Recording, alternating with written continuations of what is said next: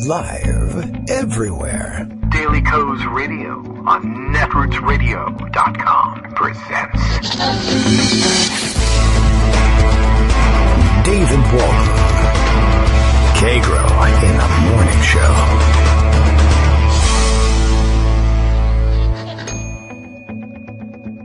Now, here's David Waldman. Hey, good morning, everybody. Gee whiz. How you doing? It is Friday, November 18th, 2016. Time marching relentlessly on towards, I guess, what will be the inauguration of Donald Trump as president, despite all indications that it will destroy the United States. But, hey, you know, what can you do? The people have spoken. They asked for a different person, but the people did speak, and that's really what the important part is. Well, let's see, not unexpected. We wake to the news today that I guess this is it, the final pick. After floating name after name after name for a lot of the jobs, and not an uncommon tactic to try out these sort of trial balloons before making final nominations. That part is normal, I guess. Attorney General pick is out. Jeff Sessions, Jefferson Beauregard Sessions III, Senator of Alabama, Republican, of course, and famously denied a federal judgeship back in the 80s for being too racist. But luckily, it's now a great time to be too racist, and Attorney General is a fantastic job for someone to preside over the final destruction of the Department of Justice. Sorry about that. Hey, what are you going to do? Both parties are the same. There's not a dime's bit of difference, whatever. Okay. Should we get mired in that? I don't know. There's plenty to catch up on. The other day's big story is the continuing story of nobody seems to be able to do anything about fake news. That's big. I saw an interesting interview, a clip of an interview being circulated online on Twitter, and it was an interview with that weird guy, that Milo Yiannopoulos guy, it was an interesting bit. The clip was I don't even know if I could pull it up and play it. Does it matter? I mean, actually, do I have to actually tell you what he said? I could just say, he said the whole world has to be executed. I don't know. I read it on Facebook. I think that's the leading news story today. He said everyone ought to be killed and I will launch nuclear weapons. He didn't, I don't think, say that. Maybe not. Maybe he said it in a different portion of the interview. I don't know. I mean, it could be wrong. But essentially, he was being interviewed on, I didn't play the sound. It was subtitled, so I saw the answers, and it was early in the morning. I didn't want to turn the sound on and disturb everybody. But it looked like maybe the BBC was perhaps interviewing him. The big 4 on the screen tipped me off, and it wasn't NBC4 from around here, so I don't know. But anyway, the discussion essentially went along the lines that a lot of these interviews are going with. It's like because they're the incoming administration, it's a thing to interview them. It's part of the normalization process, I guess. And I don't really know what else to say about it, but it's what they have to do normally, is interview everybody even remotely connected with the incoming administration. You want to get as much information as possible. So the normal thing to do is you interview everybody who's rumored to be in it, everybody who's rumored to be connected with it, people who worked for the campaign, et cetera, et cetera. And, the difficulty is that they're all insane and they all say crazy ass things, and news people just kind of sit there. But then there's this sort of second round of interviews where people who consider themselves to be gigantic, journalistic, what would we say? People who think that they have well, and they do have this tremendous amount of journalistic integrity. They're going to be the ones to confront that person and lay bare the nonsense.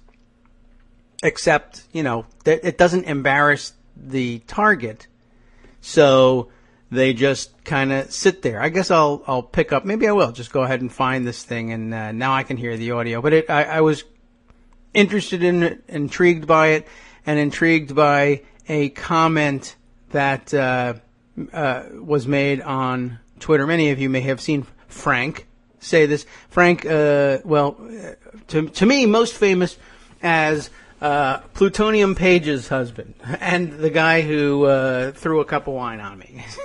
He did. Well, he didn't. He knocked over a cup of wine onto my lap at dinner somewhere, and this is the thing you bring up. It's that one story that you bring up with somebody that you're friends with, and you just want to rib them all the time about it.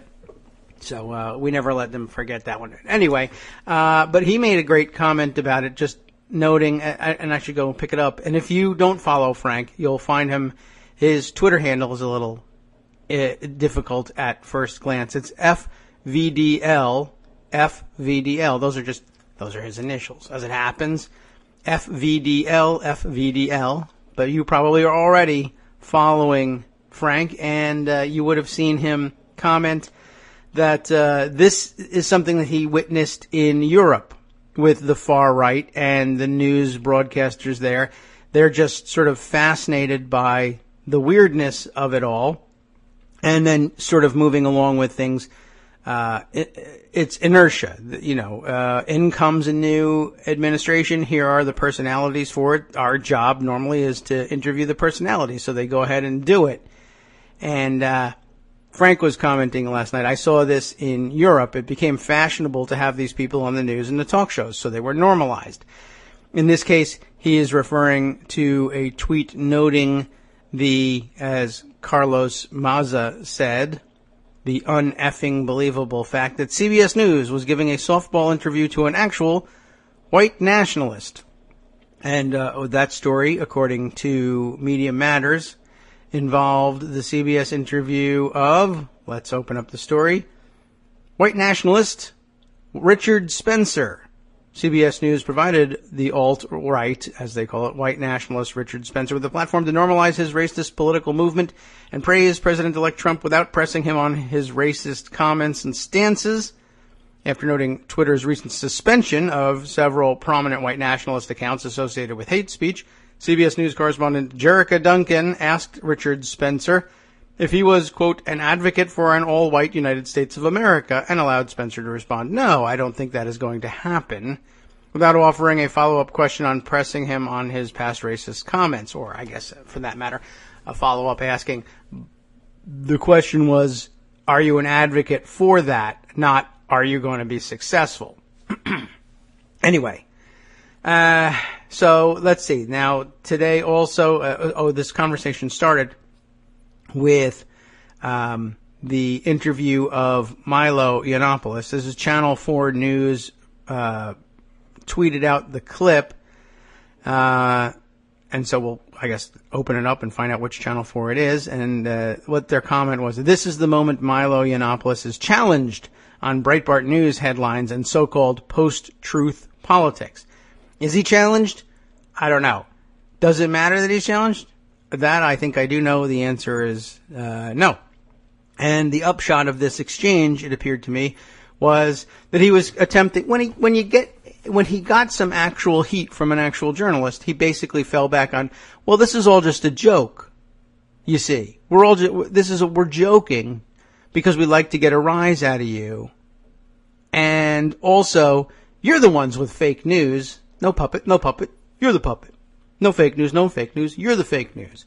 That's what essentially happened. Let me grab this thing and open it up and see if we can enter it into the record. It's not a long clip, I don't think. Does it have audio? I can't even tell.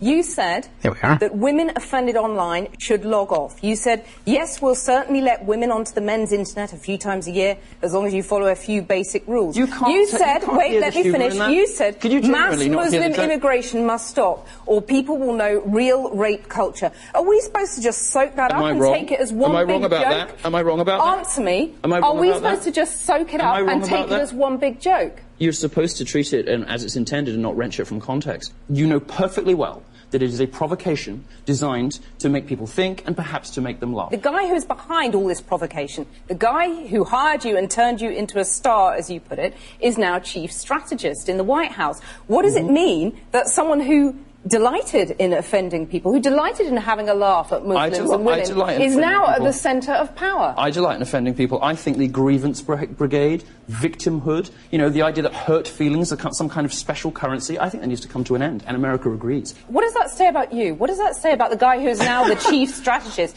Should Steve Bannon care that people are offended? No, because America has been ruled for 30 years by people who are too worried about what other people feel, not what other people think, and too worried about feelings versus facts. For decades, America has been run by the grievance brigade, by social justice warriors, hand-wringers, feminists, Black Lives Matter, all these groups that are preoccupied with feelings first and facts later. They spread conspiracy theories and propaganda about the wage gap, campus rape culture. This stuff isn't real. What does it say about you, though? What does it say about Steve Bannon, who's now chief strategist, that you... I'll pause it for a little while. I hope the audio is strong enough for you to hear it. It's always difficult for me to tell because it doesn't come through in my headphones nearly as loudly as the rest of the stuff. But I wanted to let that roll for a while, and it's too long. And I mean, there's only about 30 seconds left in it, and I'll play the rest of it. I wanted to pause it, a million times, but I paused it at that end. By the way, not only is everything just a joke, but did you catch all that? Black Lives Matter, the wage gap, income inequality, etc. Those things aren't real. He's fighting over the fact, first of all, that everything's just a joke, and I delight in aggravating and annoying and insulting and offending people, and it doesn't matter anyway because this is all the things that you are offended about aren't real. I'm not making the fake news. You're the fake news. How is the wage gap not real? Those are numbers. This is the number that this person makes. That's the number that that person makes. This is the number that this average of this aggregate number of people makes. The other one is another. What's the difference? I mean, how do you even get past this? I say those things are just factually untrue, and then at the end, if I somehow beat him with that, he then falls back on being able to say, well, I only said that they weren't true to offend you, to offend your sense of reality, to offend your sense of truth, your highfalutin ideas about how things ought to be true, and you ought to be able to compare facts and make honest, rational decisions. These are all things we have no use for anymore. I'll continue with the clip. Bill tells me the audio is fine, so let's go. By the way, did you know Milo had this ridiculous accent? There's something lost, by the way, of course, from not having the video. Of course, we will give you a link to it, and you can take a look at it for yourself. But the condescension comes across twice as strongly when you can see the facial expressions and gestures from Milo. And think about this: the idea of of this idiot from nowhere who's 15 years old or however old he is, telling the News 4 presenter here, I'll let you talk. You're the one that doesn't understand anything. You're the one that doesn't know what reality is. You're the one that doesn't understand. It's all just a joke anyway. I mean, it's all part of the shtick and everything, but, you want to throw the guy off of the roof of a building. You don't care about offending disabled people, ethnic minorities, women. You don't care about that. I don't care He about doesn't care about that. I care about facts. I don't care about your feelings. I thought you believed in a post-fact universe. So who? That's one of your quotes. Is it? We live in a post-fact era. It's wonderful, you said. Yes, what I meant from that. I like that, too. We live in a post-fact era. You said that. I didn't say that. You did say that. Did I say that? Yeah, here's the quote. Oh, yeah, right, I did say that. And I said that, and one of the facts that I didn't believe in was the fact that it's a post-fact. I mean, there's a ton of nonsense. And I don't know. I mean, I guess I suppose at a certain level it's not worth getting riled up about in that, I mean, I guess that they enjoy that. And so to some extent, sometimes I think about, well, you just really shouldn't show that kind of irritation with it because that's what essentially, literally, they actually get off on. And, I don't really want to provide them that kind of entertainment, but I don't know. On the other hand, what the hell do I care what they're doing? So what? They're entertaining themselves. I need other people to be aware that these people need to be eliminated. So I thought I'd play the clip. Okay, so what does he have to say? What I meant from that was just telling the facts are no longer enough. He's about to tell us, I guess, because I can see it here on the subtitles. Let's roll the rest of it. Just telling the facts are no longer enough. You now have to be persuasive and charismatic and interesting and funny. Just telling people things isn't enough anymore. So, okay, well, that, I guess, winds it up. That's an interesting philosophy, too. I can agree to a certain extent. Just telling people the facts isn't enough. You do have to be engaging and persuasive and tell the story and maybe be a little bit of entertaining and even funny, and that can help, and I'm certainly a believer in that. But I mean, what's funny about just as I tell the kids with their, kind of stupid April Fool's jokes, it's not actually funny to say, this false fact is true, and then you say, no, it isn't. Ha, fooled you, April Fool's. It's not a joke. Let's see, a couple of comments coming in. And Bill, yes, thank you, Bill, for sharing the tweet from Frank. I will send it out to you all on the Daily Kos. Well, so just tweet it out again, just so everybody can have a look at it. I'll provide it, of course, in the roundup with Scott Anderson's help. And yes, by the way, I remember I praised his efforts effusively the other day, but I may not have told everybody exactly how fantastic it really is to be able to get away not only from the computer, but to have a summary that itself is entertaining and gets the theme and thoughts and spirit of the show. I know you didn't need that little extra plug, Scott, but I thought I'd give it out to you nonetheless. Anyway, back to the topic at hand. We also have a comment from Athena 5000 on Twitter, if you'd like to follow along. She says, it isn't ironic that he talks about grievance culture, or maybe I'm missing a word here, or isn't it ironic that he talks about grievance culture when this election was about white grievances? Yes, it is, but we're also post-irony, so that's good too. That's out of the way. I don't know. What's the point of out-logicking these guys at this point when they just, will just say, no puppet, you puppet. That's the answer to everything. That moment from the debate is just ringing in my head over and over again. Of course, every time I say it, like I said yesterday, I hear it in a fake Russian accent, but in Trump mannerisms, right? Yeah, no puppet, you puppet. It's barely English as it is. But, I mean, what do you do with a guy like that who says, we're not the ones with the fake news. You're the ones with the fake news. I don't even know what to do anymore with the kids. This was actually an election night thing, and it faded since election night, but has come back with a vengeance somehow this morning. That at the election night, I didn't know how to tell my kids that they should do their homework anymore. You know what I mean? Honestly, I mean, in addition to saying, are we in a situation where we actually have to, flee the country at this point? I don't know, but you don't want to do that. You want to stay and fight and take it back, but, you start to worry about some of the things you're seeing.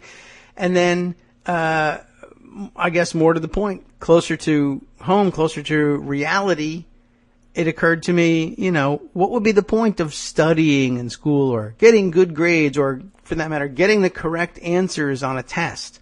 I guess I'd be interested to know if you could, and if you had a Trump supporter of a teacher, right? And you failed the test, you gave all the wrong answers.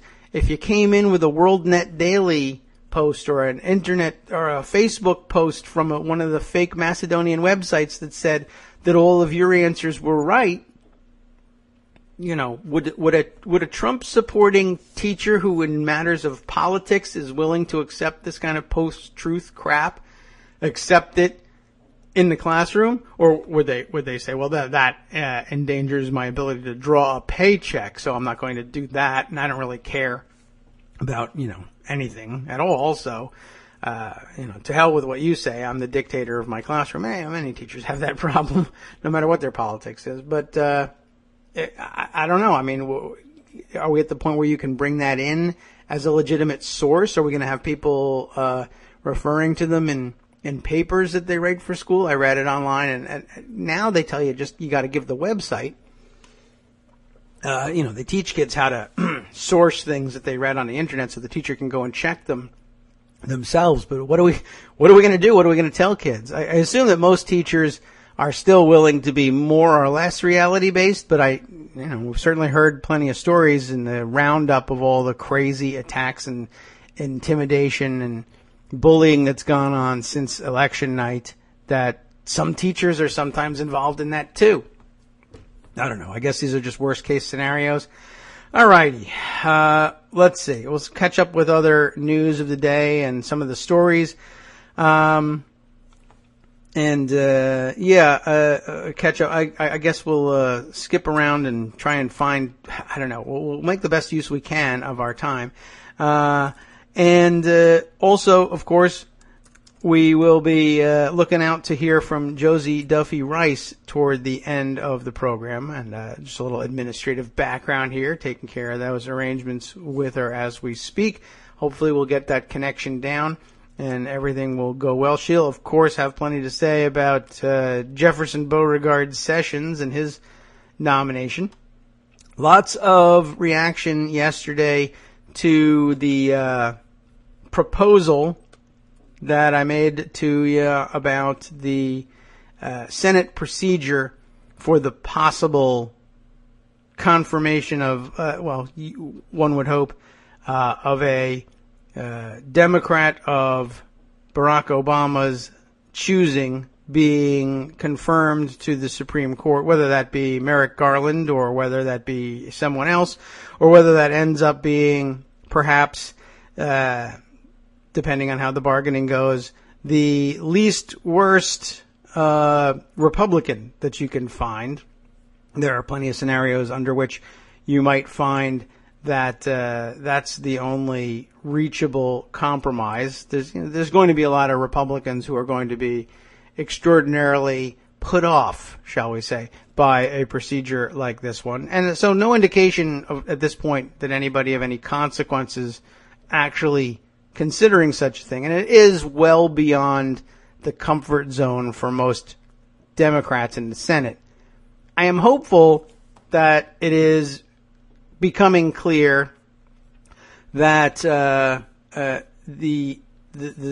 rest of the norms are collapsing all around us, and that, I don't know, maybe it's the nomination of Sessions that tips them off, although I don't think that really moves senators in the way we think, because those guys are weird. They have very strange interpersonal relationships, and they are very much apt to overlook Sessions' enormous faults because they've dealt with them on a personal level so often.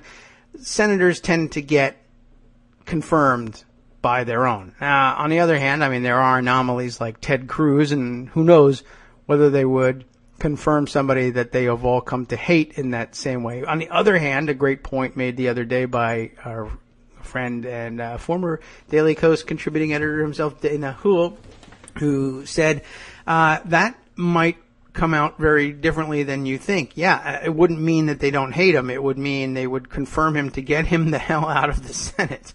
So I don't know that Sessions occupies exactly the same space inside of the Senate, but I don't know. But I don't anticipate his rejection either as a nominee. But who knows? Other names floated, of course, included Ted Cruz and a few others who Rudy Giuliani's name was in the offing for a while. They're very definitely in a weird place where they're testing the limits and using the trial balloons.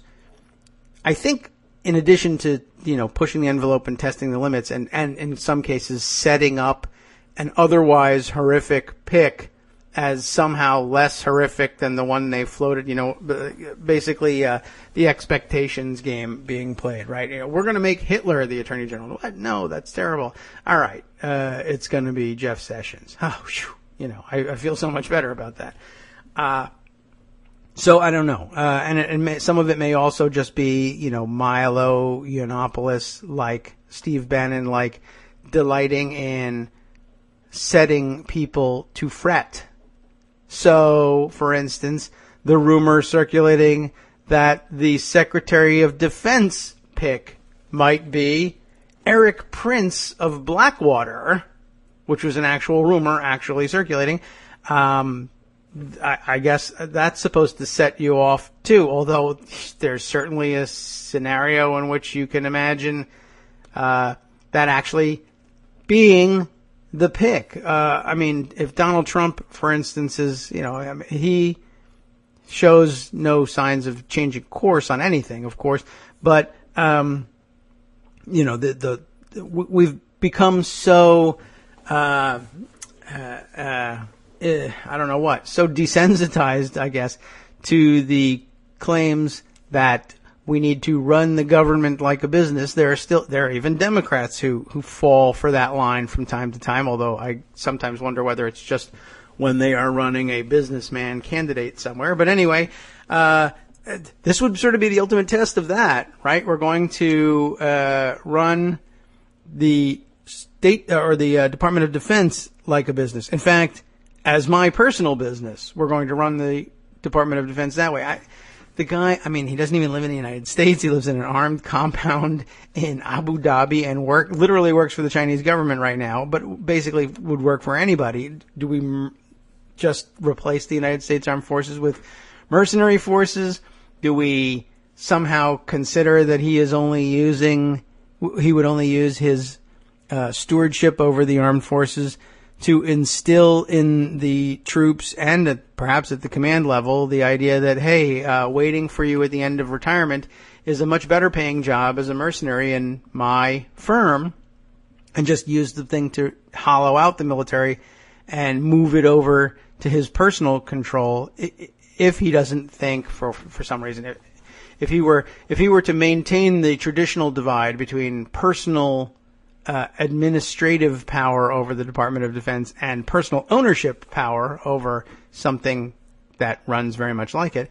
It may be a gray area. So if he can resist for however long he remains in that job, if he gets into that job, the temptation to treat it as his own personal army, really, I don't know that he can. I don't know that he would want to. I don't know that he would feel like there was any reason to. But if he decided that, he could still, of course, walk away from it and saying, I think I've nailed down the future, secured the future of my own personal private army and profit-making machine pretty well. Everybody's going to move seamlessly out of the hollowed-out military that we hand back to our successor, whoever it might be, if there is one, and profit accordingly. Well, that's rather scary. Let's see. Let's run through some of these headlines and scan them and decide what we're going to spend additional time on. I did have a question come up. I don't know if he's listening. I think not. I think the question was posed on Twitter, and I can't stop to type an answer for him. But I had Steve Zissou, who, or at least that's the name under which he's tweeting here, but using a 0 for the O. So you could see if you can find the tweets online, but asking questions about the procedure I had proposed for the nomination, or locking in the nomination of, let's say, Merrick Garland before this is all said and done. And the question being, wouldn't the existing filibuster rules still be in effect once if you threaten to simply use the majority of the day on January 3rd to move to executive session and hold a vote on the nomination. Yes, one argument would be that the old rule on the filibuster of Supreme Court justices is still in effect. But, I'll do this just for your edification because I'm not sure Steve is listening. This is too long to tweet, but I think I can wrap it up pretty quickly. And if not, you should go back and listen. I'll have to fetch up somewhere. The day I went through the history of and the background of the constitutional/nuclear option. Oh, gosh. I mean, that must have been in 2013, just before they actually utilized it. But part of the original theory of the constitutional option, as the Republicans preferred to call it at the time, was that on this first day of a new Congress, the new Senate reconvening, there was some question as to whether or not the Senate. Well, the practice has always been that they don't readopt formally the standing rules. They simply assume that they stay in effect. And yes, Michael Musson pointing out, I do remember it, and I can see in the guy's background here that Steve Zissou is the name of the character from the Bill Murray movie. So that's why I say he's tweeting under the name of Steve Zissou, and his background is a still from the movie, so it's easy to remember. But still, I don't know, maybe the guy's name really is Steve Zissou. Anyway, but the point is you can find it that way, and many of you will actually know how to spell it because it's a famous movie. Anyway, but thank you for pointing that out.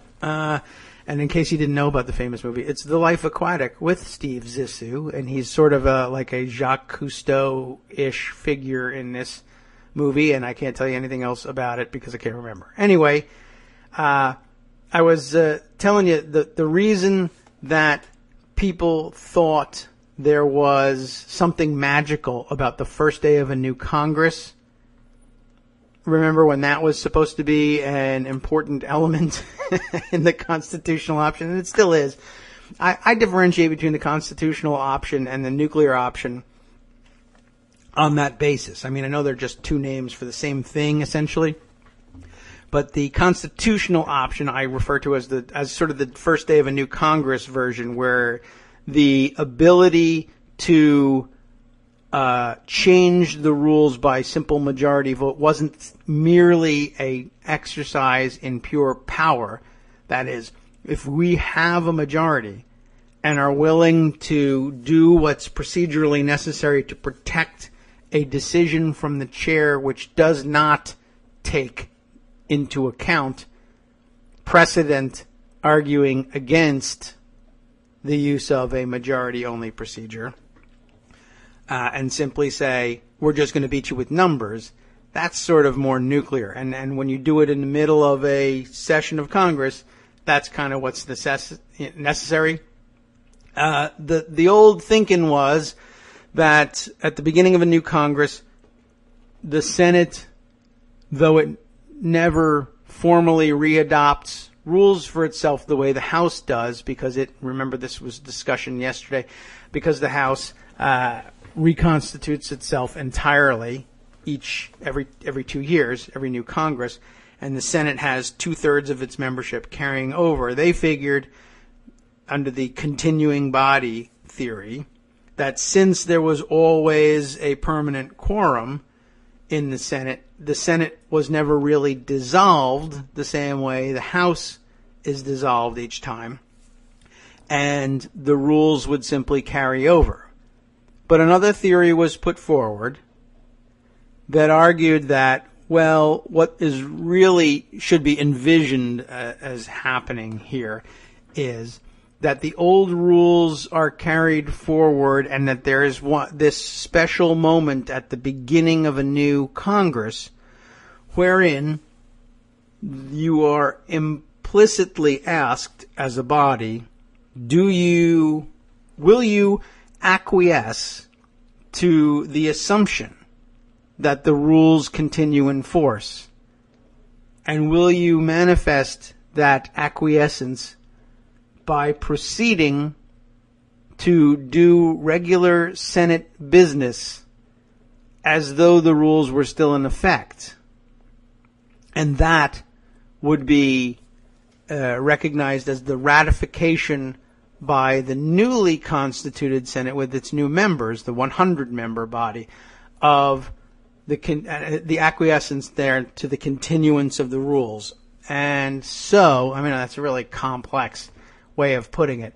But in the few times where the senators, where reform-minded senators, have attempted to disrupt that, the claim was, we're at that moment now, at the beginning of a new Senate, and before we conduct any routine business and thereby acquiesce to the continuance of the rules, I now object and request that we consider at least one specific rules change.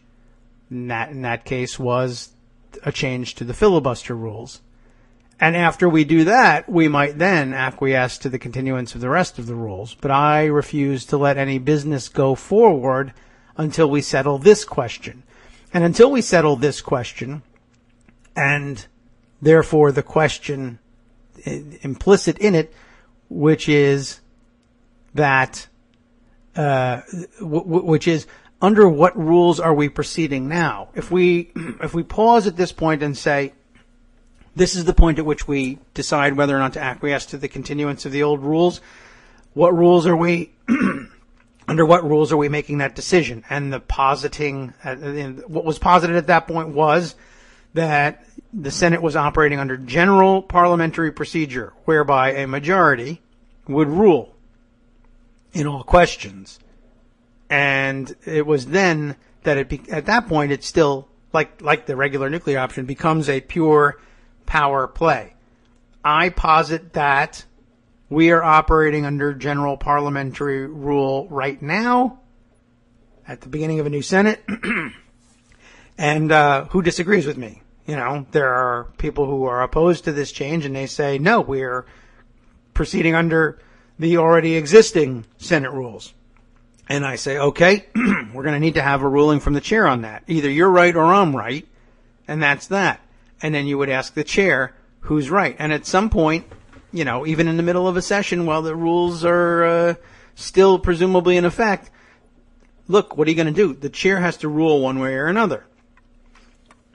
Now, if the chair rules that the old rules are continuing, the people who say, no, they aren't, have the opportunity to say, I appeal that ruling, and you then have a vote.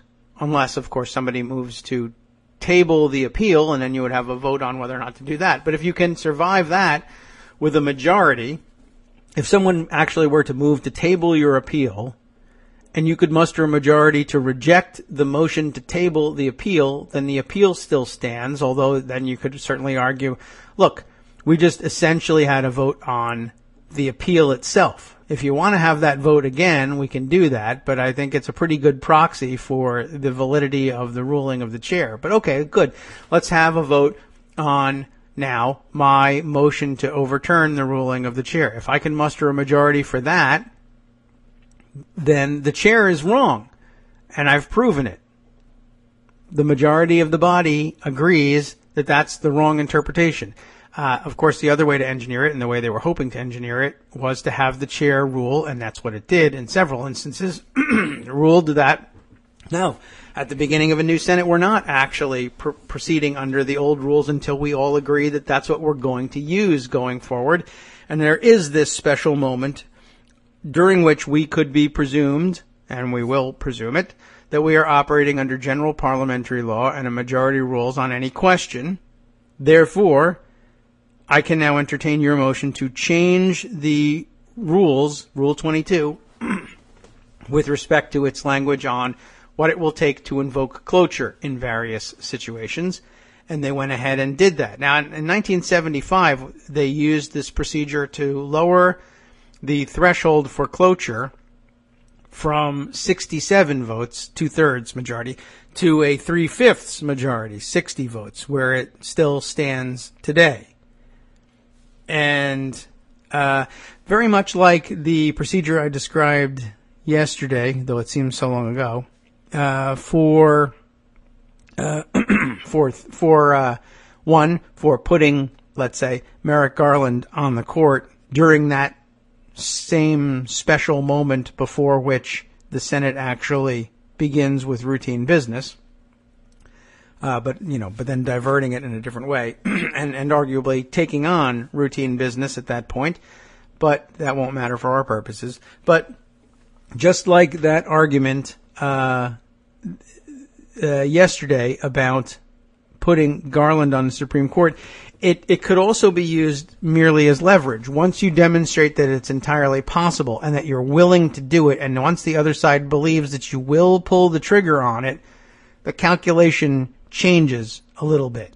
If they're worried about that procedure and the precedent that it will set, very often, at least it was the case with the filibuster reform issue in 1975, once it became clear to the opponents of the rules change, lowering the threshold for cloture from 2/3 to 3/5, once it became clear that they had the votes and it was going to win, people got nervous about that as precedent, and they said, look, we see that it's obvious, the writing's on the wall, we're going to lose, but rather than lose and leave on the books the precedent that you can step in at the beginning of a new Congress and make this kind of change under this kind of procedure, we instead will simply ask you, if we promise right now to deliver the votes that it takes to change the filibuster rule to lower the threshold from 2/3 down to 3/5. In other words, if we agree to provide enough votes from the no side to your side to reach the 2/3 threshold and then have a straight up or down vote on the rules change, cloture on it having been invoked, would you accept that? And the proponents said, for some reason, A, they believed their colleagues. That seems, quaint now. But, and it didn't matter because they were right. They took their word for it and they believed them and they delivered. And that's exactly what happened. They said, sure, let's do it the old-fashioned way, if you'll agree. And, you might wonder why people would agree to do that. And the answer is because we were going to get bulldozed anyway. We were about to lose and set bad precedent, in my opinion. Instead, we're just losing and not setting bad precedent. But unfortunately, what they didn't really grasp, although there was at least one senator in the opposition who did grasp it very clearly, if you do it, that's precedent. Done. The fact that you deny that it's precedent is just nonsense. I can't help you with that one. And that's how we got back to that point in 2013. But same thing with the move to put Garland or anyone else on the Supreme Court. The idea is, you have to take into account the possibility that once you make clear that the mechanics will work and you will end up with your nominee on the Supreme Court, there's an opportunity for the other side to start looking to cut a deal and say, listen, if we don't do this your way, but if we do this under normal procedures, in other words, if we vote in December and simply say, okay, we're going to deliver the votes to defeat a filibuster of Garland and have an up or down vote and maybe even a guarantee of votes, although I don't know whether they would necessarily need to deliver that, but you would want to make sure that they do, enough votes to confirm him as well once the filibuster is defeated, then that way we would avoid this weird precedent of hijacking the floor. It is a bad precedent. I mean, it's not something you want to do. We're under rather extreme circumstances at the moment. Extraordinary circumstances, as the Gang of 14 might have called it.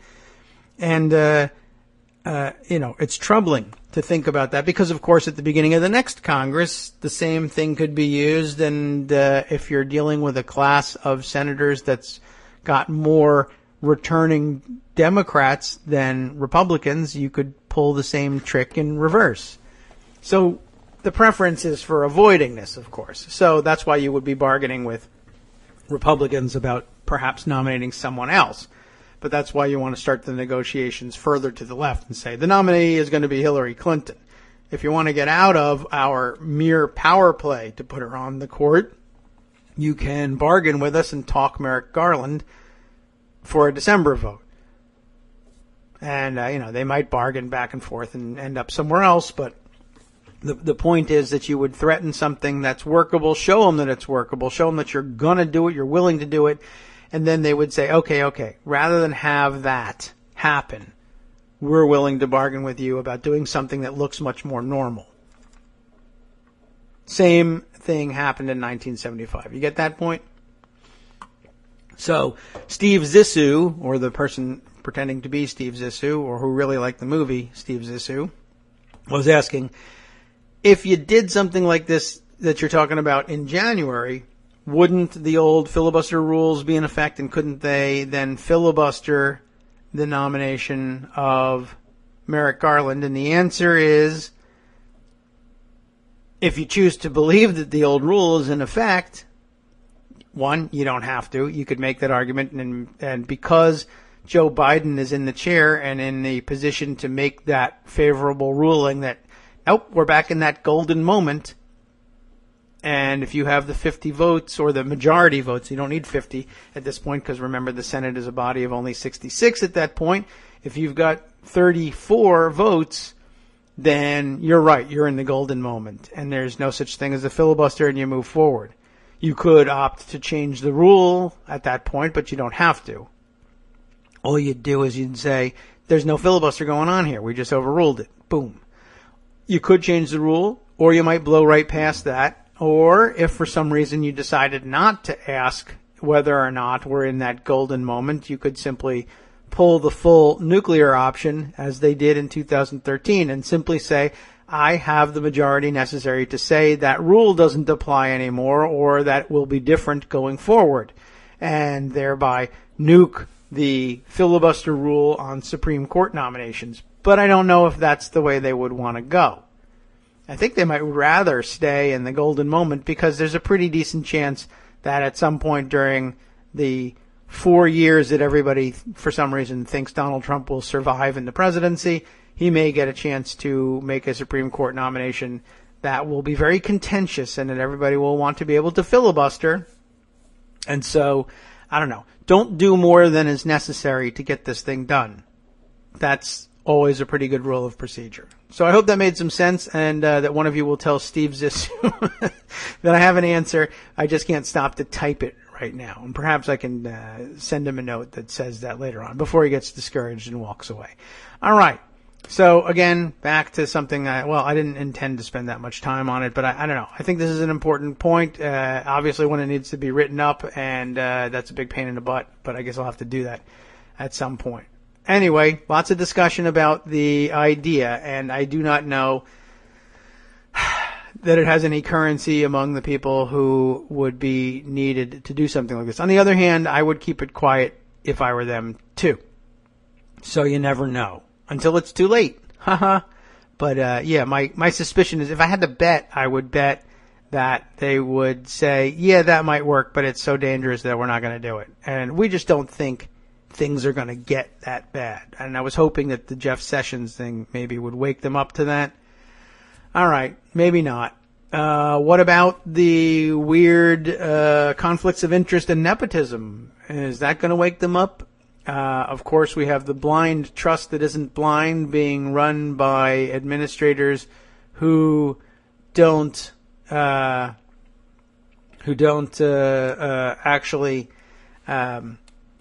have any wall of separation between them in terms of the information that they're getting, the secure or highly classified information, and then running the non-blind trust. Meaning here, of course, the Trump kids. I've sort of mangled the explanation, but last night we found out that when Donald Trump met with the Japanese prime minister in the ridiculous, over-the-top, cake-decorated craziness of Trump Tower, Ivanka Trump was on hand for that. Also, by the way, Jared Kushner, her husband, who's now, I guess, formally seeking a formal role in the Trump White House, which is also sort of an odd thing. It was a little bit Dick Cheney-ish there, right? I mean, he's on the executive committee of the transition team, and he's seeking a permanent position. But I guess you still have to convince the big guy. The old man has to agree to allow you into the White House. But Kushner and Ivanka were both on hand. For what reason, we don't know. She, of course, will be running the non-blind blind trust, overseeing his financial empire and real estate empire, which would include properties in Japan. So what the hell? Why not let her do that? I don't know. I don't know what to tell you. I don't know.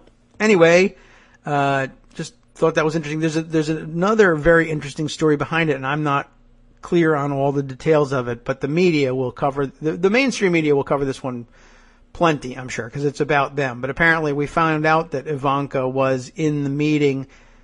A photo of her there was released, and at first CNN, one of the CNN reporters, tweeted that out, and then he deleted it, but he deleted it because the press pool had been excluded from covering the meeting, and in protest, I guess they decided that they weren't going to send that photo out or any real reporting. I don't know what they decide. I guess their rule is that they would either minimize or just not do any reporting on this meeting, which seems like, gosh, that's exactly what he wants. So they couldn't decide what to do with it. Anyway, it turns out that the photo was handed out by the Japanese government. They took the photo and they wanted everybody to see it, and they provided it to the press. And so despite the CNN reporter's decision not to, to take back his circulation of it, it was too late. And anyway, the Japanese were circulating the same picture, and so that's how we got a hold of it. So I don't know. Just put that on the record. And I'm pretty sure that the mainstream media will chat about that one because it concerns them, and you'll hear much more about it.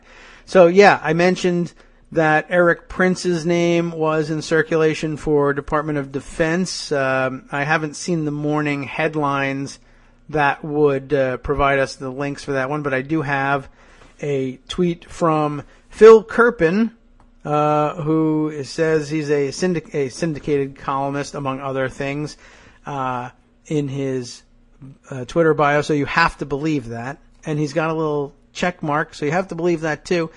He says, 2 transition sources tell me Eric Prince on the list, anyway, as potential Secretary of Defense, which, of course, is bizarre and unsettling, but we're not sure whether that's designed to be real or designed to make us feel like we live in a bizarro world and that we're unsettled.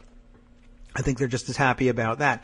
The other big news of the evening, which likewise will be discussed more by the mainstream media, the claim from Trump that he is already saving American jobs by preventing somehow, or working closely with, the Ford Motor Company to prevent them from moving their plant that, and it's not even clear exactly which one, but I've got this article, some of the facts or the order in which they're presented already under dispute, but I guess they were making some of their Lincoln vehicles, Lincoln brand vehicles in where? I don't know. Was it Kentucky? Yeah, a Kentucky production facility. The claim that Trump was making, and who knows whether it's just a false claim top to bottom or whether he just misstated what he meant to say. He was saying, what his tweet said was, just got a call from my friend Bill Ford, chairman of Ford, who advised me that he will be keeping the Lincoln plant in Kentucky. No Mexico. No puppet, no puppet. You puppet. You Mexico. And he also tweeted, I worked hard with Bill Ford, when was that, to keep the Lincoln plant in Kentucky. I owed it to the great state of Kentucky, which is a Commonwealth, for their confidence in me. Yeah, it's one of the few Commonwealths, but okay. And you're not supposed to say state of Kentucky, but he doesn't know that. And also, okay, who cares? We all know what he means. Maybe Kentuckians are offended by that, but I doubt it. Anyway, there's no chance that he worked hard with Bill Ford to keep the Lincoln plant in Kentucky for a number of reasons. 1, worked hard. What are you kidding? 2, you didn't do anything with Bill Ford. You said, rah, rah, rah, Ford, rah, moving to Mexico, car companies, yargle bargle. Well, I was about to let them die, but who cares? Now I'm the great savior of car companies.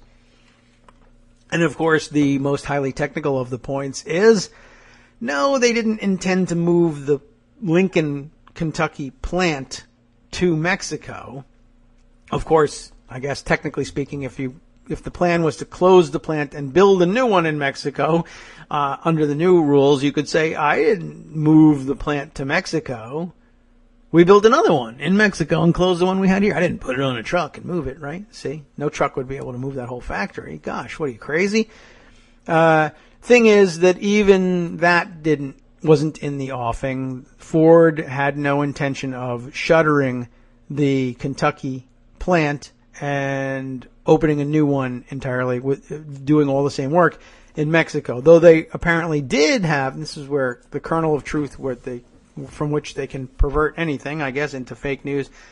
I guess one of the production lines on parts of the car, or perhaps one of the vehicles that they make there, was going to instead be made and assembled in Mexico.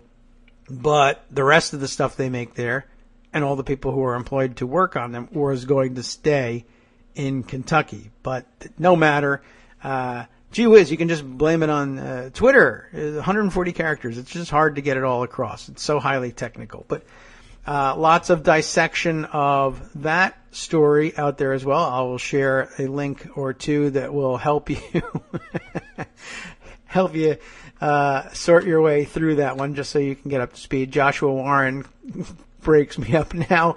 I'll share this with you. Imagine having this appear on your screen in the middle of doing your show. This is the problem with this thing. Responding to the no puppet. It's an animated GIF with a hard G of a crazy looking puppet waving at me in the middle of my show here. So thanks a lot for screwing me up there, Josh. Everybody should share the puppet. No puppet. Okay. Let's see. Heading back into Pocket here and trying to pull out the best / worst to share with you. Let's see. Michael Flynn, also, I guess, now finalized as National Security Advisor pick. I don't know whether that, I guess that makes him the formal head of the National Security Council. No other members of the National Security Council that I'm aware of announced to this point.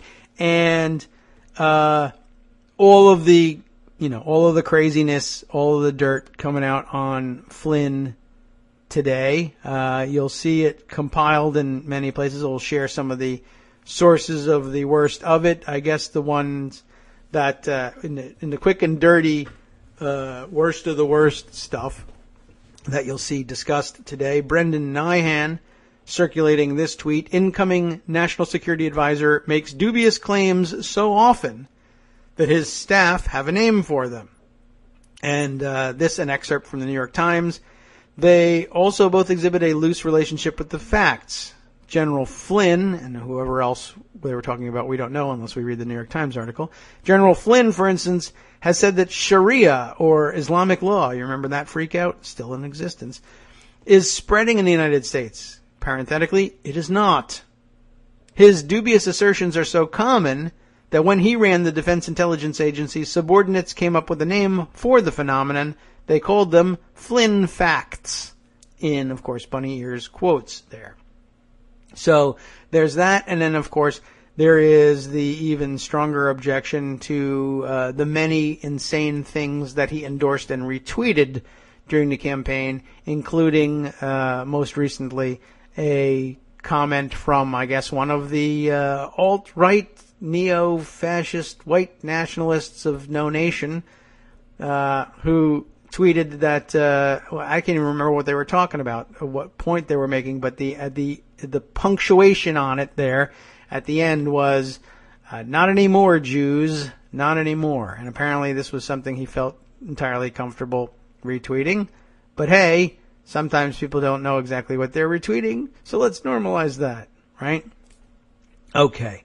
Let's see. Another interesting story that circulating, and really there were some fantastic real stories about fake stories circulating last night, and I collected a bunch of them. And though I don't know, sometimes I feel like it doesn't necessarily move the ball forward, but I feel like we have to share these stories.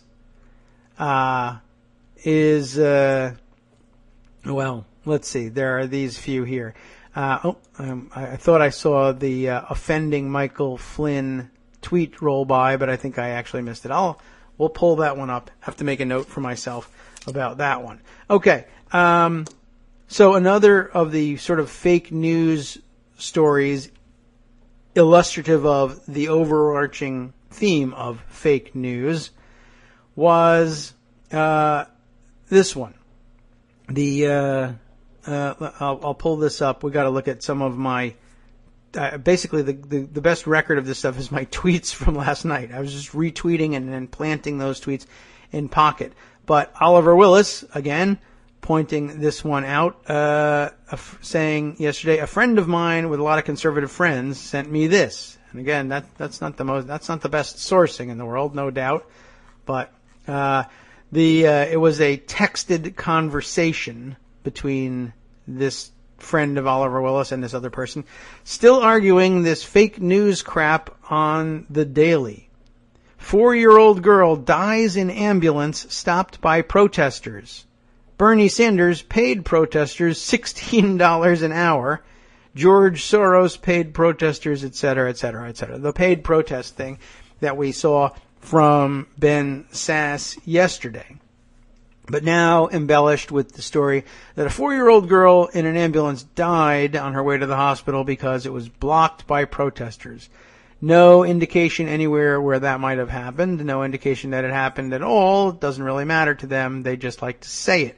One thing I thought was interesting about that was that this claim is something of a perverted mirror image of something that actually did happen and then was reversed and projected onto Democrats.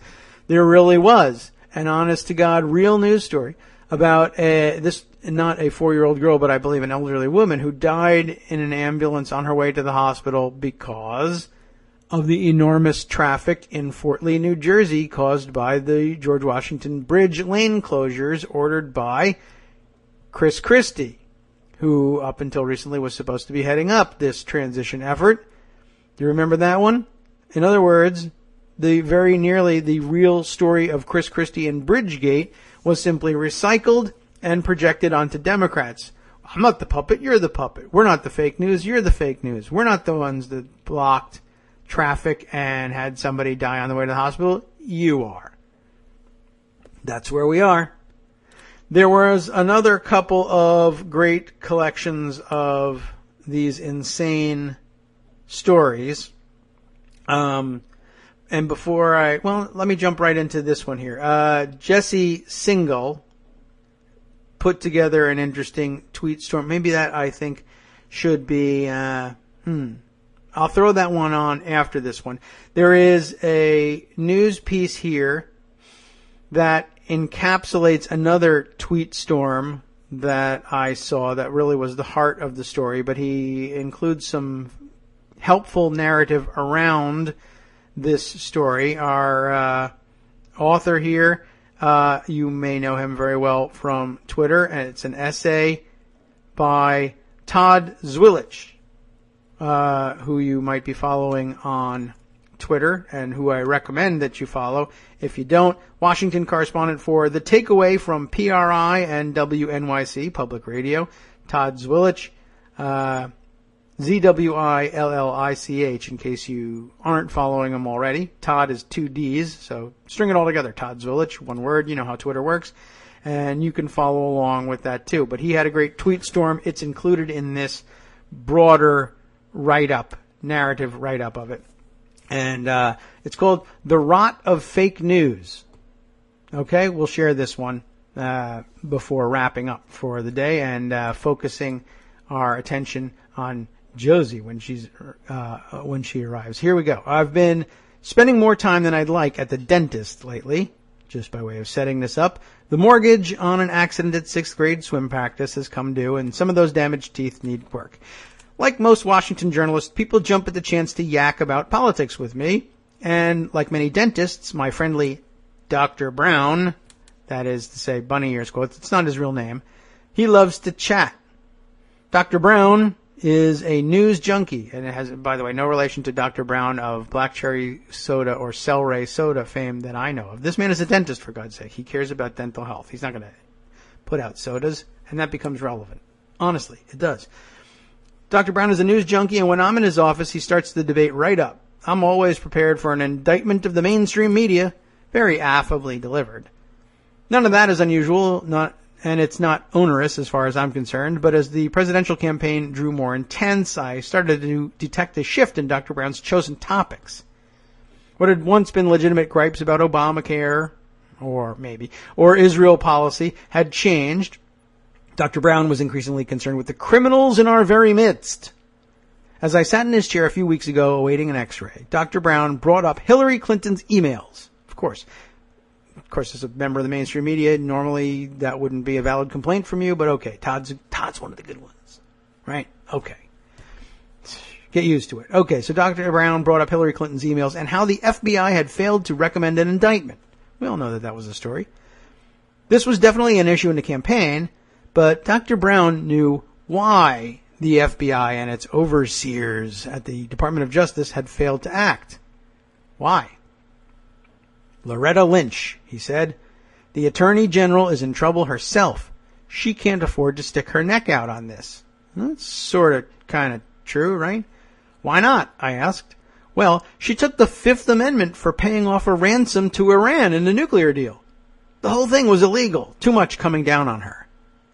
Needle scratch. What? Huh? Had I missed something? Had Loretta Lynch ever faced questions that would even lead her to invoke her right against self-incrimination? I'm not sure that's right, Doc, I said. You know what the Fifth Amendment is for. It's to protect you from implicating yourself in a crime. I'm pretty sure that never happened.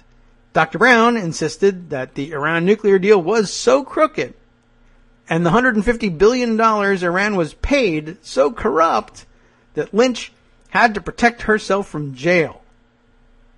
I took out my phone and Googled. It took about 12 seconds to find out the truth. For starters, I told him, while lots of Republicans called the $150 billion ransom, these were in fact frozen Iranian assets that were freed up under the terms of the deal. That's just standard and unremarkable political spin. But far more important, Lynch had never invoked the Fifth Amendment or even come close. What she did do was tell opposition lawmakers that she was through answering what she viewed as hectoring questions about a part of the deal they opposed. When GOP Representative Mike Pompeo, needle scratch, by the way, this morning's news, CIA director under President Trump, when he received that news, he quipped that the Attorney General had essentially, quote, taken the fifth. I held up my phone and showed Dr. Brown an article explaining the truth, along with a few others. Together, they showed how a congressman's quip had morphed into a false conspiracy theory about the Attorney General's glaring legal culpability and her rush to protect herself. See, I said, that's false. It never happened. But Dr. Brown immediately shifted the conversation to another scandal. Hillary needs heavy doses of stimulants to function on the campaign trail during the day. Doc, I said, what do you read? He told me he spends copious news time with Fox News, but also lots of time on the internet with Newsmax, InfoWars, Facebook, and other websites. Now, this study that he links to on the power of fake news in the election was still weeks away. Most of us didn't realize the impact false news stories were having on readers, but it dawned on me right in Dr. Brown's chair. This is an account of the conversation that followed. Me, Doc, I want you to know I respect your choices, and I don't care what your political views are, but I'm worried about what you're reading as news. Dr. Brown answers, well, everyone has their own point of view. You work for public radio. That's one point of view. It's not the only one that's valid. And he answers, I agree, but let me ask you something. You worked hard to become a dentist, and you're good at it. You trained for years at expensive schools. You keep up on the latest science. You care about your work. Most important, you care about your patient's health, right? Absolutely I do, he answers. Well, suppose you looked in my mouth and it was riddled with decay. And before you could intervene, I said, you mainstream dentists have your own biased point of view, but you don't really know what you're talking about. I read on the internet that the best thing I can do is gargle with Coca-Cola twice a day. So that's my program. You'd be horrified, right? You'd think I was dangerously misinformed. And of course he answers, of course I would. So Todd goes on, Doc, I'm a professional journalist. I worked hard to get where I am in my career. I care about the truth. My credibility depends on me getting it right for my listeners, and I take it seriously. Most important, I believe with all my being that truth and accountability are critical to the health of our democracy and our country. Do you believe that I take my profession as seriously as you take yours? He says, of course I do. Now, there, you'll get a different answer from most people. No, I don't believe it. But for some reason, he felt compelled to say, yes, I do, because he's a otherwise decent and highly educated person. But whatever. So Todd continues, Doc, I need to level with you. The news you're reading, the stories you're telling me, this isn't about point of view. They're false, Doc. You're gargling with Coke, and it's bad for you. And now he's shocked and upset. And says, well, I understand what you're saying, but people don't really know the truth about, and he stops and then says, Doc, I'm not sure you're hearing me. I'm not criticizing your politics. I'm letting you know, as a guy who spends his career on this, that story about Loretta Lynch's Fifth Amendment plea, it's false. Hillary's uppers, there's no evidence of any of it. Doc, this is my professional advice. What you're reading isn't helping you. You're gargling soda. Now, at this point, he says, Doc Brown chuckles to break the tension. He assured me that, in fact, he consumes news from across the spectrum, on cable and in the papers, even public radio. But you know what my real concern is, Todd? He said, what's that? I asked. Dr. Brown then told me the shocking truth about how Hillary Clinton aide Huma Abedin shows all of the signs of being an Al-Qaeda terrorist mole embedded right in the heart of a presidential campaign. And he told me the horrifying details as he, very deftly and with great professional care, fixed my teeth. Dr. Brown is an unscientific case of just one man, one voter, but my chat with him stunned me, and it should caution against the tempting belief that fake news is a hazard to the uneducated, or the politically casual, or the inherently credulous. Dr. Brown went to top-notch schools, practices in a wealthy section of Washington, and makes plenty of money. He is not a white without a college degree that helped turn the tide in the election. Meanwhile, Donald Trump, soon to be president of the United States, is bringing to the White House his strategy of attacking and poisoning professional journalism that, mostly accurately, reports on his flaws as well as his successes. The sugary sweet false news Dr. Brown swishes with daily is causing decay. I can't say how much, but I can say it isn't healthy. That sugar water is free, it's delicious, and it's addictive. And as hard as I tried sitting in his chair, there was no rot I could point to that Dr. Brown was willing to see. Now, that's all on public radio, of course, and I could have just played that segment for you, but then I would be in copyright violation. So instead, I just read you the entirety of the article. That's what I usually do. Anyway, no big difference from any other day. I thought it was a fantastic wrap-up of the story of, at least one story about what fake news can do, even to the very well educated and very well off. No economic anxiety in Dr. Brown's life that I know of or that I could point to here. But yet, there you have it. He believes it. The rot of fake news. So there's more, of course, and a different, slightly different angle on the fake news thing. And I think we can fit this and perhaps a few other quick bits in before we talk to Josie. This one, the one I mentioned earlier, from Jesse Singal, who is a writer at New York Magazine. But this one comes in tweet storm, no doubt ready for publication perhaps today, maybe later in the week. But we'll go to the tweet storm on this one. This, I thought, an interesting observation for the bigger view of this. Something really, really scary, he says, appeared to have just happened. And I hope people understand why it matters amidst all the other chaos. And it's this. Our president-elect tweeted something that clearly implies his election prevented a plant, the Lincoln plant we were talking about earlier, from moving south. And he cites the Trump tweet that we heard before. Just got a call from Bill Ford, who advised me he'll be keeping the Lincoln plant in Kentucky, no Mexico. Third tweet in the storm here. As Daniel Dale, the Washington correspondent for the Toronto Star, who would list the daily lies all throughout the campaign that Greg would cite all the time. As Daniel Dale points out, there's no such plant in that area that was slated to move to Mexico. The president-elect appears to have simply made that up and say that he saved the plant and American jobs. But he knows what he's doing. There are now fake stories all over the place confirming that, yes, the election of Trump saved a bunch of jobs, kept American jobs American, spreading all over the place. Like, for instance, this one here is a tweet from Jim Estridge. Your typical Tea Party conservative Christian profile comes up along with the Molon Labe Trump supporter bit here. He's circulating this tweet. Trump effect. Ford calls Donald Trump. Says plant will not move to Mexico. Will remain in Kentucky. So all over the place. Things like this. Jesse continues.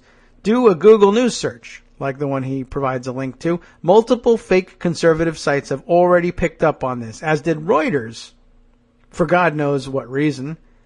To a bunch of people, the election of Trump immediately saved jobs. There is no evidence this is the case, so it is becoming increasingly unclear that what Trump does or doesn't do is, it's becoming increasingly unclear. I see how he structures this. That what Trump does or doesn't do is, thanks to fake news, completely untethered from the real world in a way that makes Fox News' treatment of the Bush administration look quaint and harmless by comparison. Think how this is going. And we got to skip down a little bit in order to get past the comments to his tweet storm. And damn, there's a lot of them. Okay, I hope somebody has collected this elsewhere, because now I'm stuck mid-tweet storm here. Everybody stop responding to the guy. Where's his next response? I can't even find it. Think how this is going, what, to do something, right? Damn it. Well, when I banked this last night, this was a lot more compact. Wow. Okay, so how am I going to figure out what else he has to say here? Okay. Hang on. Just got to take care of some other housekeeping biz here. If I have this correct, Josie is getting ready to join us via Skype by phone rather than by her computer. Let's see. Is there a contact request pending here somewhere that I need to take care of? I can't tell. Okay. Well. All right. Well, we'll have to see whether this is going to work out. I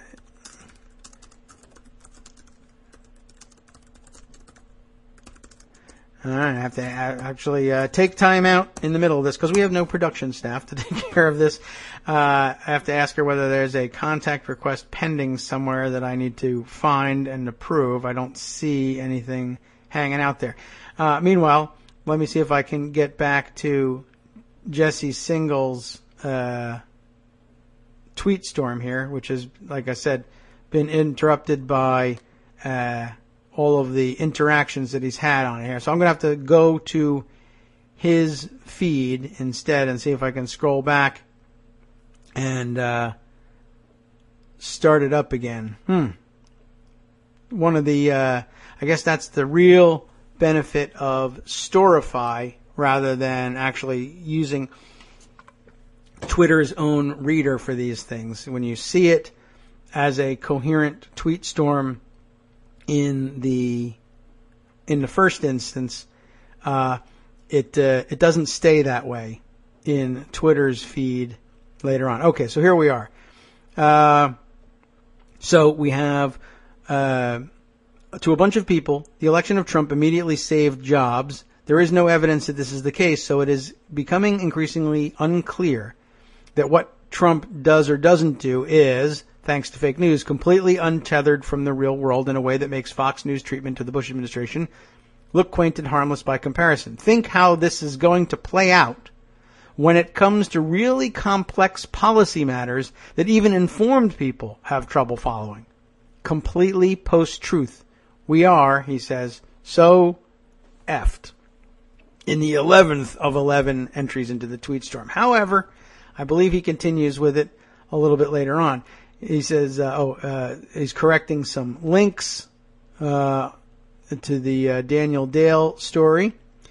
And, oh, look, confirmation from Reuters that there was never a plan to close any U.S. Ford plants. Super. They come later on, after, of course, it's too late. So there you go, number 12 and 13 to the tweet storm. Yes, so think about what that means for us in the future, right? If you're completely untethered from reality, you can say, for instance, people were mocking the whole Ford plant thing last night and saying, hey, I just spoke to my good friends at NASA and they assure me that they have accepted my plan to put into practice our efforts to prevent the Earth from falling into the sun. So terrific. I've saved the planet. Essentially. I mean, he's just claiming credit for the Ford plant not moving, which it wasn't going to do, not saving the entire planet. So I guess there's some difference there. But think about what it means to be able to utter something stupid like that and to have a battery of fake news sites at the ready telling everybody that that is in fact true, even though it isn't, or that some version of it is true that isn't, but that version of something that actually has some basis in reality inures enormously to your benefit. In other words, within minutes, the rest of the world already believes that untrue fact that you spat out so casually. That's disturbing, to say the least, but it's truly frightening when you think about what a president of the United States would be able to do with something like that. As I put it last night, he's now his own living, breathing, walking Gulf of Tonkin incident.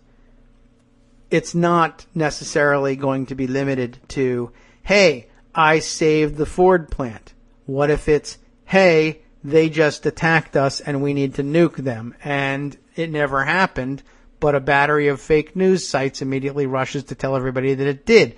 And you're the one who's out of touch and unconnected to reality if you think that this attack didn't happen and that therefore we do not have ample justification for unleashing the nuclear arsenal, which I just did. Why are you in denial? I mean, on the one hand, our government was capable of doing these things all by itself well before we ever ran into trouble with Donald Trump. Donald Trump, why, he was just I guess he was a kid in military school at the time, in high school, when, or where was he? Maybe he had moved on to Fordham University at that point, but who knows? When the government decided, we're going to fake the Gulf of Tonkin incident, or for that matter, remember the Maine. We can go further back, the Spanish-American War. It always has to do with ships, mostly because they're out at sea or in ports that nobody can find them in. But between the Maine, the Maddox, the Liberty, there's an awful lot of ships getting attacked that we just announce it happened, and we're all supposed to believe it happened, and that's that. Breaking news from Kate Sherrill. She shares something from The Hill. Breaking: Trump to settle the Trump University lawsuits after vowing not to. And here's their report. I think I called that one pretty quickly the other day when he failed to get the trial delayed. I just said it wasn't my prediction that he would settle because something. It was my advice to him. Look, if you're too busy, if the costs of proceeding with trial are too high, the option that's available to you, if you're a normal person, is you settle. So if you're too busy, you're going to have to settle. Sorry. I don't know what to tell you. But that's the news from the Hill. So we'll share that one. Thanks, Kate, for bringing it to our attention. It's about what I expected. And also, I guess, if you were placing some hope in that somehow undoing the election, I couldn't think of any way that would actually lead to undoing the election. It's a civil suit, and no criminal charges, I don't think, are involved in it, although I suppose it's possible that the New York Attorney General could at some point bring them. That would be much more difficult to deal with now, of course, after the election results. But it was merely going to be a blow to his credibility and not much more, honestly, although I guess a sane Congress or an evil plotting Congress that wanted to install Mike Pence as president instead might one day impeach him for, if they decided that that public opinion had turned against him sufficiently for them to get away with that.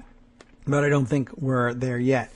So the fake news story can lead to some amazing results. I think probably the scariest among them, of course, would be if Donald Trump, for whatever reason, or the Donald Trump team needed to have an international incident to justify the use of military force somewhere, whether there was a real incident or not, or they just said, hey, you know what usually boosts people's polls? If you have a little war that you can win real quick, then you come out looking really good. Let's have one of those where you can literally just decide to have that and just make something up. Honestly, at this point, if they said that something happened in a obscure country that didn't actually exist, and then people just argued it does exist, the media doesn't want you to know that it exists, kind of thing, you could probably get away with that entirely.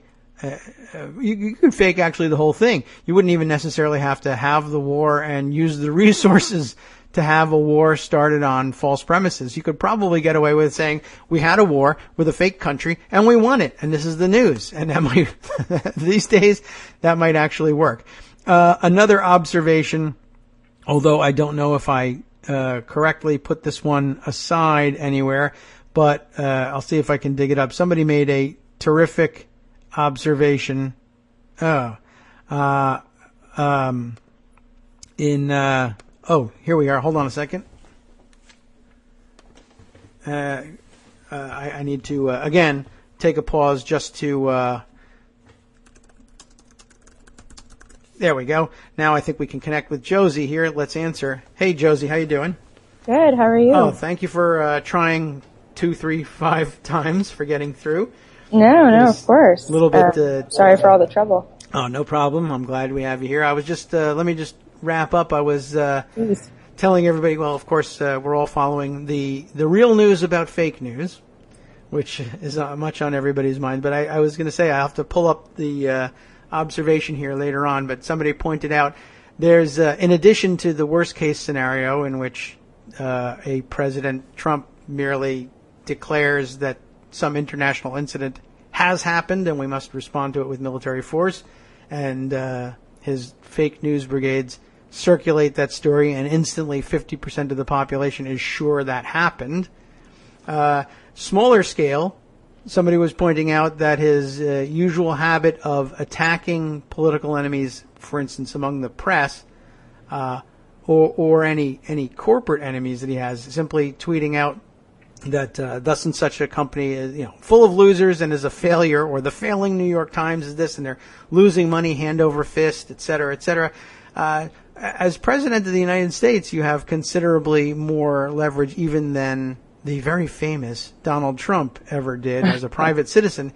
But somebody positing, you're going to see at some point shareholder lawsuits if the president of the United States comes out and says, this company is failing and is about to go out of business because they hate me, and they're not, and people start selling off shares, you're going to have pissed off shareholders saying, yeah, and the president is going to have to be personally liable for that. But, of course, there's a gigantic problem with holding the sitting president personally liable for anything, much less stock manipulation fraud. But who knows? I guess anything could happen now.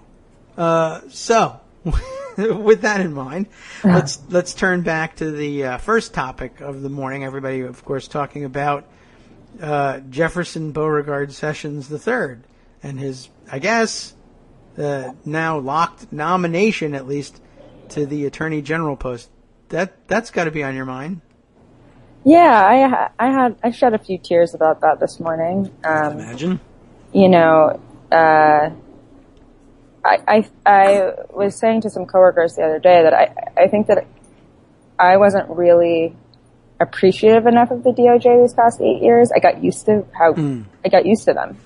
And so, as much as I was appreciative of their work, I didn't really think critically about what it meant to have a DOJ that tried to enforce the Voting Rights Act, that looked into police departments to make sure that everything, that they weren't violating any constitutional laws, that did a lot of the investigative research work that it's really tough for journalists to do because they don't have access to all the information. Yeah. And now we're just looking at a Department of Justice run by Jeff Sessions, a former prosecutor, who couldn't get appointed to the federal bench 30 years ago because he was too racist 30 years ago. Yeah, things have gotten weird. It's weird. It's weird. Yes. What I would mostly say about Jeff Sessions is, I mean, a couple of things that I think are worth pointing out. One is that, a year ago, bipartisan criminal justice reform was one of the only bipartisan, the big bipartisan things that we thought Congress would do. We thought that, in the criminal justice community, that it was a time of victory because it was like Congress doesn't agree on anything and they might actually pass this bill. There were 3 people in the Senate who were particularly opposed to this bill, and Jeff Sessions was one of them. Ted Cruz was the other. Tom Cotton was the third. This bill, which basically said that we should reduce mandatory minimums, which have been proven time and time again to be a money waster, to not work, to result in over-incarceration, that we should figure out different solutions to drug abuse other than imprisonment. And Jeff Sessions said that if this bill is passed, it would send a message to judges and prosecutors that we're not interested in people serving sentences anymore. Okay. I mean, that's a really crazy thing to do, and that's a really crazy thing to say in the most incarceratory country on the planet. Very little evidence that we are not interested in having people sentenced to jail in this country. Yeah. It's just a total disregard of reality. Well, yeah. I know that's not surprising. No, I'm not trying to be too cynical about it, but yes, it's another example of exactly that. And people who are, it's upsetting to see somebody, it's upsetting to see him in particular named to anything, but the idea that you're putting department heads in place specifically, I think, not just who coincidentally deny the reality of their portfolio, but specifically because they deny the reality of their portfolios. That's troubling. Exactly. To say the least. It's really,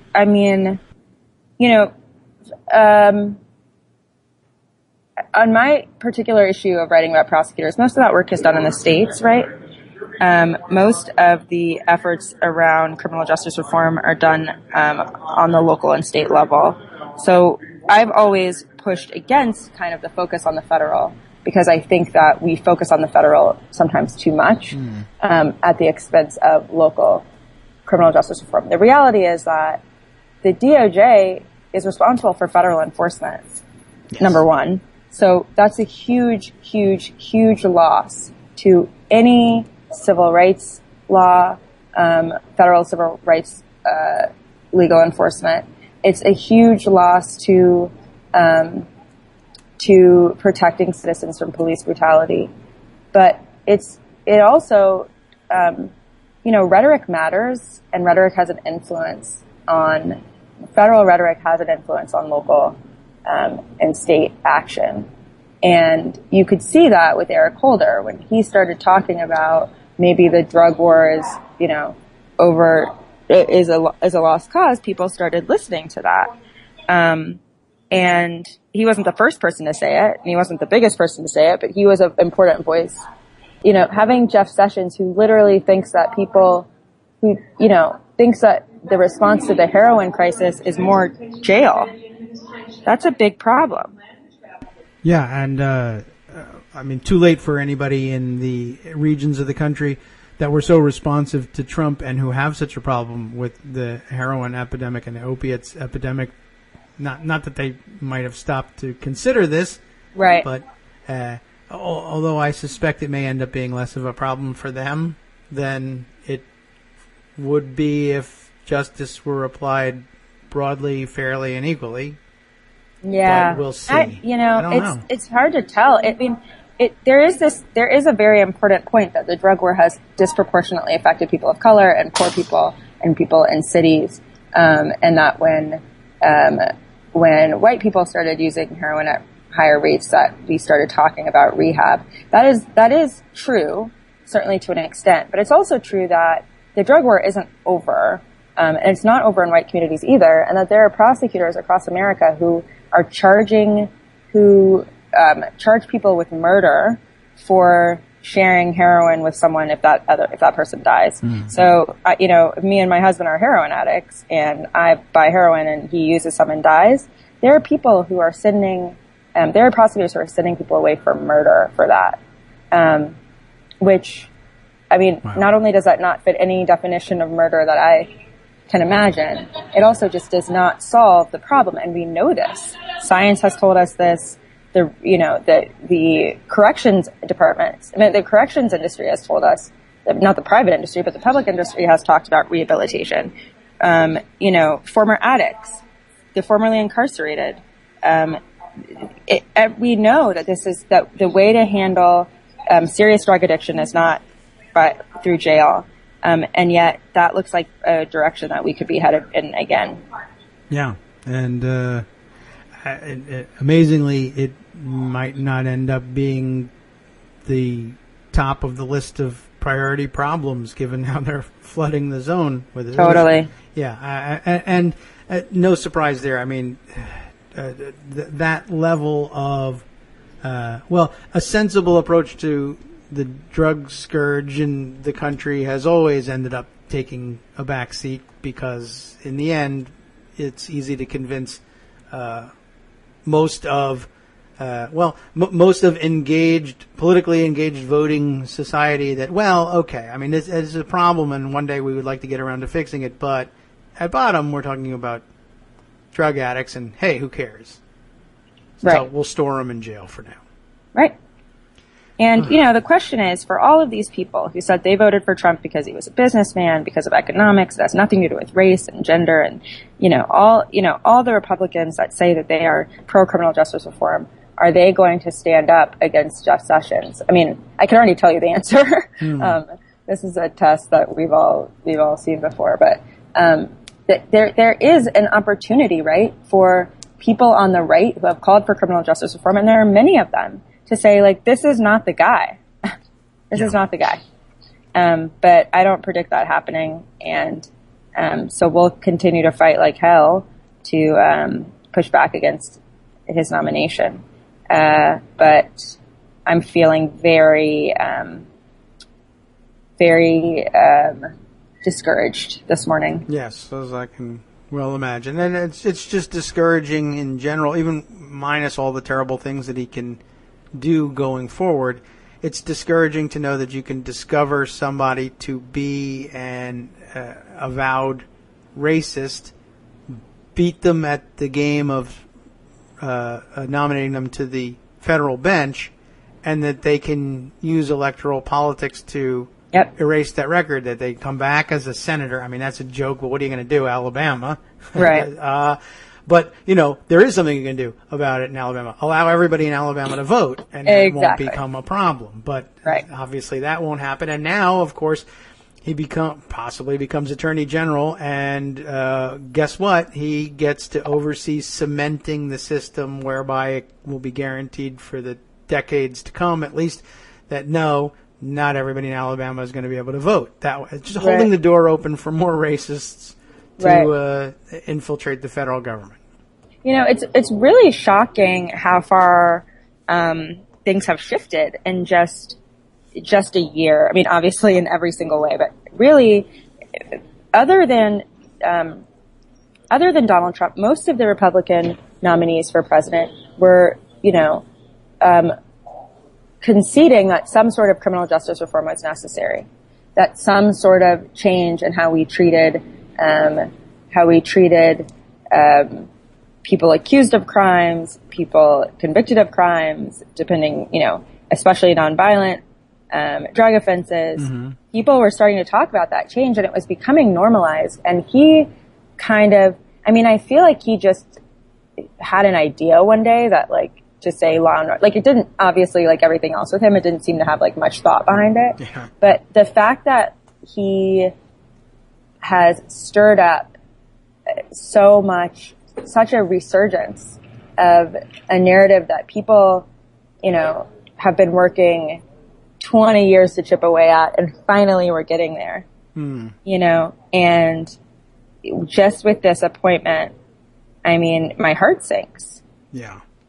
There's some very weird dynamics at work with him too, which I guess I hold out a small amount of hope that it might, I don't know whether it trips him up in the nomination process. I can't really put that much weight to it, but we're in an odd place in this country for sure.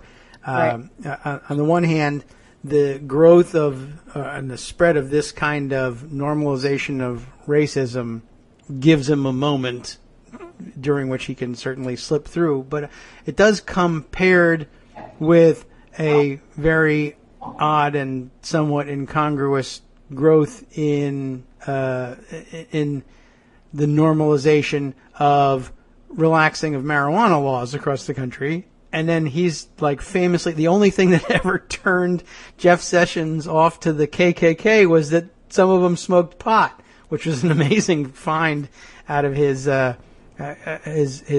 comments in the past. I think he's going to put that aside and can get past it just fine. But between that and also the weird dynamic of, as you mentioned, even Republican presidential candidates coming to the realization that our mass incarceration was something that deserved reconsideration, especially while Rand Paul was still in the running. Here's a guy who exists at that strange nexus of racists who actually prefer to see marijuana legalized and who know plenty of white people who have problems with opiates and are therefore, or perhaps for some other motivation, concerned about mass incarceration. So, is there a side door into opposition to Sessions? Has Rand Paul responded? I would bet nothing ever in any circumstances on, real water being carried by Rand Paul when the going gets tough. But I don't know what comes of this. But yeah, I certainly don't anticipate either that the organized Republican or conservative marijuana legalization advocates come out as a strong force in the Jeff Sessions nomination game either. But just another one of the many contradictions that they will lay aside for the moment for immediate political gain. I know. It's really unbelievable how. Everybody, I know we all feel this way, and we've said it a million times, but just how quickly people's values just fall to the wayside for the slightest bit of not wanting to get on Trump's bad side now that he's president-elect, and it's just going to be a really ugly next couple years on the federal level. However, I will say before I go that we did have a couple of victories a couple weeks ago on Election Day. Of the three races I really cared about, or what was really focused on hammering home, we won two of them, one in Tampa and one in Houston. Okay. We lost in Maricopa County, but that wasn't a huge surprise. That being said, I think that intersects with the Jeff Sessions story, interestingly, right? Because what it tells us is a couple of things. One is that there is opportunity for progressive movement on the local level, on the level of electing prosecutors. There are places where even in states that went red, even in cities that often go red, we can really. Mm-hmm. Oh, Josie, I've lost your audio. Are you perhaps muted? Well, this is not a good sign. But I know you were calling in on cell phone. Are you okay? Perhaps trying to reconnect. Yeah, I'd love to make sure that we get time for your additional points here and follow up on the local races. All right. Well, Skype telling me still connecting here. Let's see if I can. Josie, I think maybe I will hit the disconnect button and give you a call. How about that? I wonder if that would work. Ugh. Well, I am being asked to rate the call here, so at least I can say that it was a lousy one. Let's see if I can't try and get her back on here. For the limited time I was able to get her on the air, I hate to lose even a minute of it here. Let's try this. Oh, there we go. Great. Terrific. Let's see if we can connect. Hi, Josie. Sorry about that. Hi. No, that was my fault. I'm sorry. Oh, okay. Can you hear me? Yeah, we got you now. Okay, great. So I was just saying that, I don't know where I got cut off, but I was just pointing out that what that says about local victories in this is that there might be places to use criminal justice, to change criminal justice on the local level, and to use a mobilized progressive base to vote on other stuff as well if they come out for DA races, which would be remarkable. Yes. The other thing we risk, right, is that as when Jeff Sessions is the head of the DOJ and Trump is president versus Loretta Lynch and Barack Obama, you're looking at a different national narrative among people who are easily swayed on this stuff. But if we're gonna, it's true that Jeff Sessions' power when it comes to federal enforcement is enormous. The DOJ's power is really, really enormous, and this is a punch in the gut, another punch in the gut of the millions this week. Yes. But on the criminal level, last two Tuesdays ago is still a victory for now.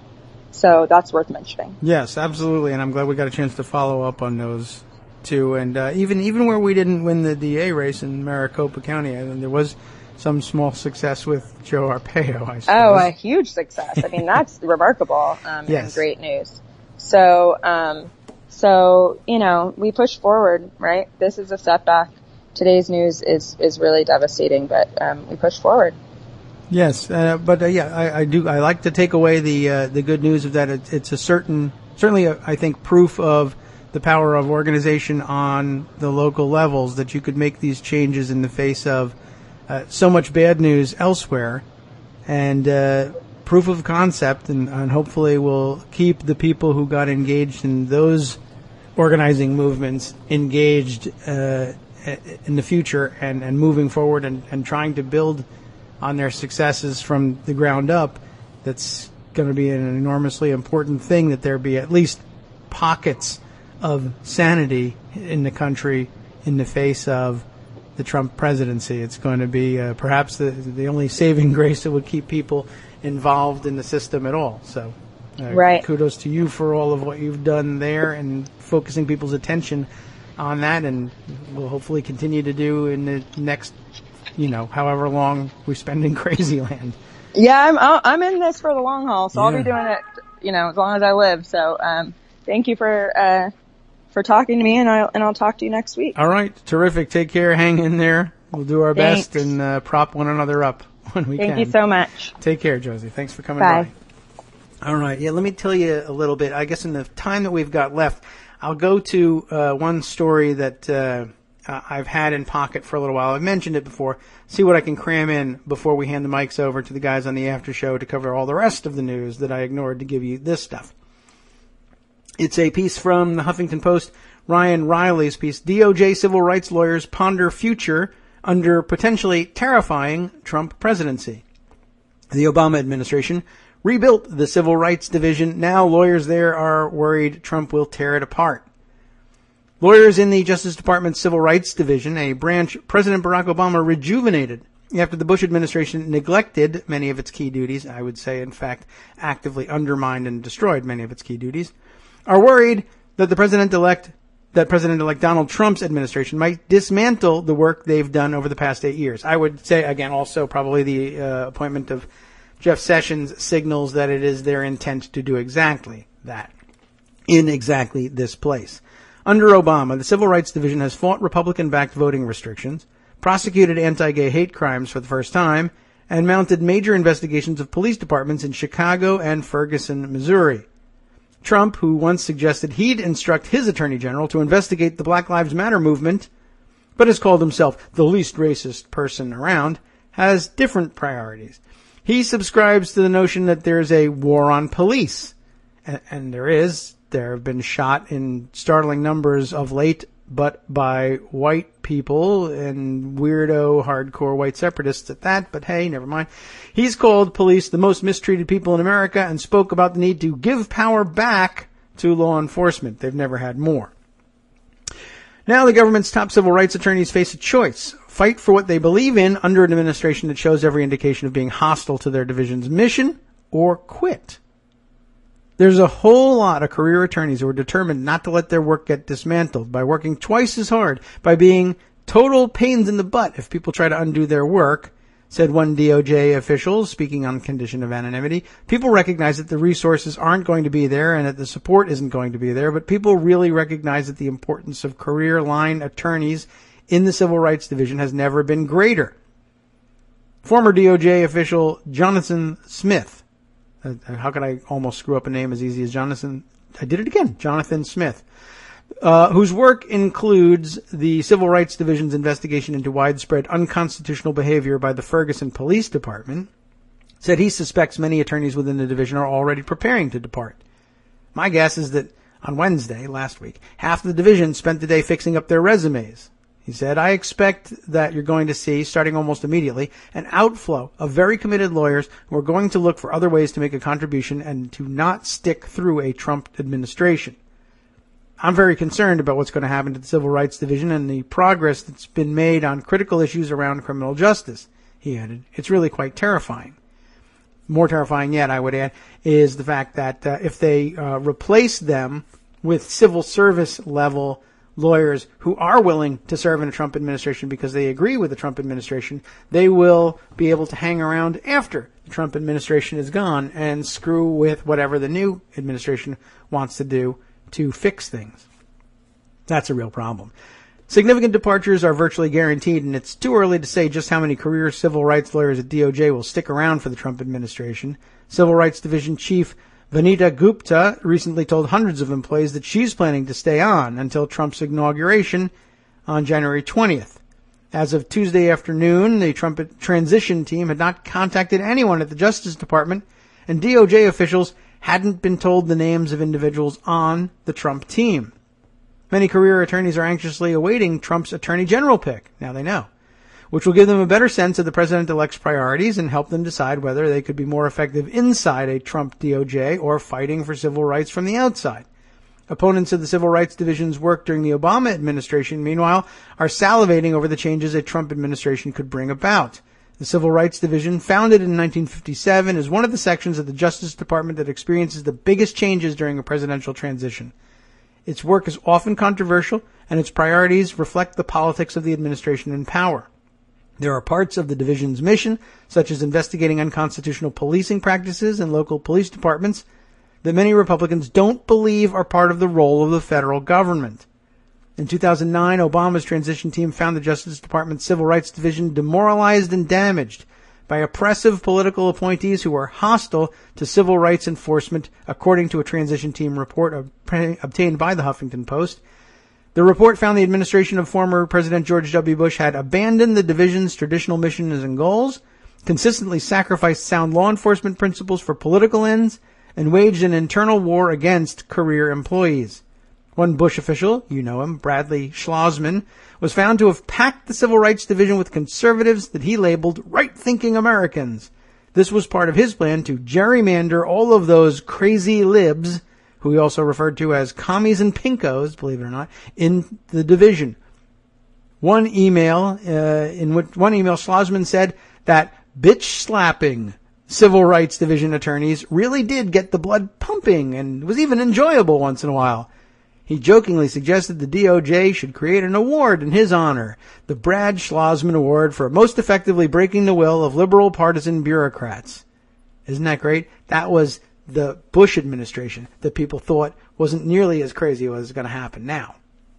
Under Bush, the section that investigates police departments had been micromanaged in a way that prevented it from formulating or pursuing a meaningful agenda, and had not used its authority to address systemic problems of police misconduct, according to that transition report. Much of that changed under Obama. The division opened 23 investigations since they took office in 2009 and currently has 19 agreements with law enforcement agencies.